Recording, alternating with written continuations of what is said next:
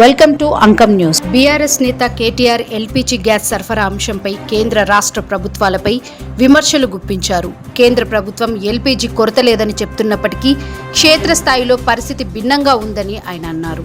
గోడౌన్ల వద్ద ప్రజలు భారీ క్యూల్లో నిలబడాల్సి వస్తుందని తెలిపారు.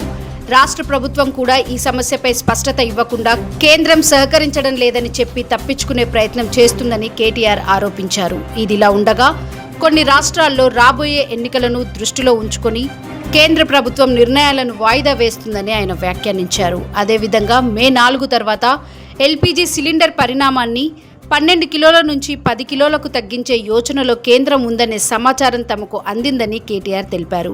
ఈ పరిణామాలపై ప్రజల్లో ఆందోళన నెలకొంది. కానీ యుద్ధం ప్రారంభమైన తర్వాత ఇవాళ ఎల్పీజీ గోడౌన్లు ఎక్కడెక్కడైతే ఉన్నాయో, డిస్ట్రిబ్యూషన్ నెట్వర్క్లు ఎక్కడెక్కడైతే ఉన్నాయో, ఇవాళ అంతటా కూడా చాంతాడంత లైన్లు, ఎక్కడికక్కడ పెద్ద ఎత్తున ప్రజలు ఆందోళన వ్యక్తం చేసే పరిస్థితులు ఇవాళ నెలకొని ఉన్నాయి. ఒకవైపు కేంద్ర ప్రభుత్వమేమో పార్లమెంట్లో అడిగినా, పార్లమెంట్లో మాట్లాడినా, బయట మాట్లాడినా ఏ కొరత లేదు, మేం చూసుకుంటున్నాము, మేం మేనేజ్ చేస్తాము అని వారు చెప్తా ఉన్నారు, నమ్మబలుకుతా ఉన్నారు. కేంద్ర పెట్రోలియం శాఖ మంత్రి మాట్లాడినా, ప్రధానమంత్రి మాట్లాడినా ఏమీ లేదు, అంతా బానే ఉంది అని విశ్వాసాన్ని కల్పించే విధంగా వారు మాట్లాడుతున్నారు. కానీ క్షేత్రస్థాయిలో పరిస్థితులు అట్లా లేవు. వాళ్ళ ఏ గోడౌన్ కాడికి పోయినా భారీ క్యూ లైన్లు, భారీగా ప్రజలు ఆందోళనలో ఉన్నారు.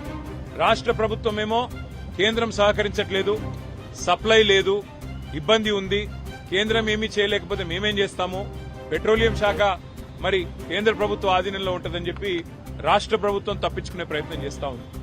మాకున్న విశ్వసనీయమైన సమాచారం ఏంది అంటే, కేంద్ర ప్రభుత్వం కూడా ఈ 4-5 రాష్ట్రాల్లో ఏవైతే ఎన్నికలు ఉన్నాయో అప్పటిదాకా ఆగి మే 4 తర్వాత మరి సిలిండరు సైజును కూడా తగ్గించే ప్రయత్నం చేస్తా ఉన్నారు అనేది మాకున్న విశ్వసనీయమైన సమాచారం.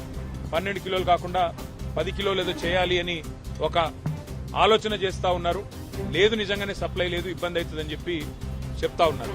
కానీ నిజానికి ప్రజలకు వాస్తవాలు తెలియనీయకుండా, ప్రజలకు వాస్తవాలు చెప్పకుండా మభ్యపెట్టి, ఇబ్బంది పెట్టి సామాన్య మధ్యతరగతి ప్రజలను రెండు ప్రభుత్వాలు కలిపి గోసబుచ్చుకుంటా ఉన్నాయి. కొరత లేదు, కేంద్రం చెప్తుంది కొరత లేదు, కేంద్రం చెప్తుంది కొరత లేదు. నిరంతర న్యూస్ కోసం ఛానల్ ని సబ్స్క్రైబ్ చేసుకోండి. పక్కనే ఉన్న బెల్ సింబల్ ని క్లిక్ చేయండి. Thank you for watching Ankam news channel.